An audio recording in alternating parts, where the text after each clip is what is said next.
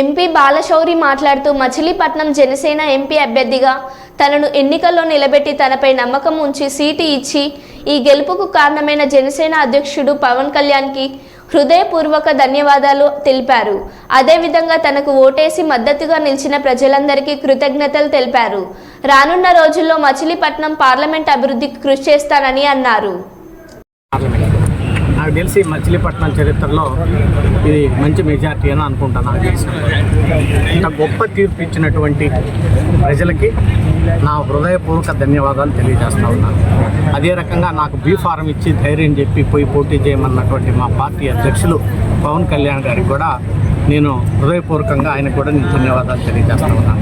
అదే రకంగా మా పార్ట్నర్స్ అయినటువంటి చంద్రబాబు నాయుడు గారికి అలాగే మోడీ గారికి కూడా నేను ధన్యవాదాలు తెలియజేస్తా ఉన్నాను. అందరు కలిసి ఒక అన్నదమ్ముల్లాగా మంచి విజయం సాధించాం. మచిలీపట్నానికి సంబంధించి అనేక సమస్యలు ఉన్నాయి.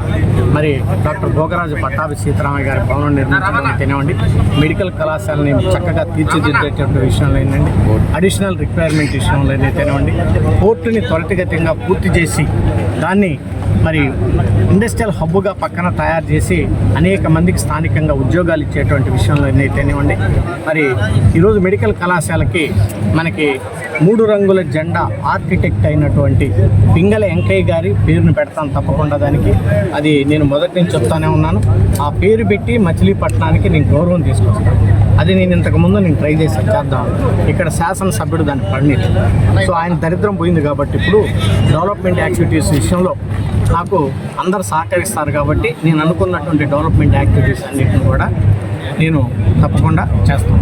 ఈరోజు నాకేదో 2,20,000 మెజార్టీ, అలాగే కొల్లి రవీంద్ర గారికి అసెంబ్లీకి ఇది 50,000 మెజార్టీ వచ్చిందని మేము గర్వంతో మేము మాట్లాడాల్సినటువంటి అవసరం లేదు.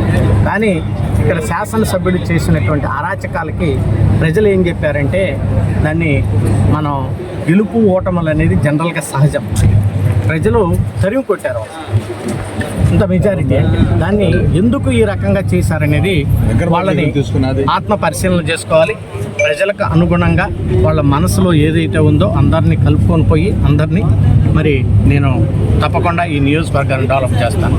స్థానికంగా నా ఎంట ఉండి నడిపించినటువంటి అన్న బండి రామకృష్ణ గారు అయితేనేవ్వండి, మిగిలిన పెద్దలందరూ అయితేనేవ్వండి, వాళ్ళందరికీ కూడా నా హృదయపూర్వక ధన్యవాదాలు తెలియజేస్తాను.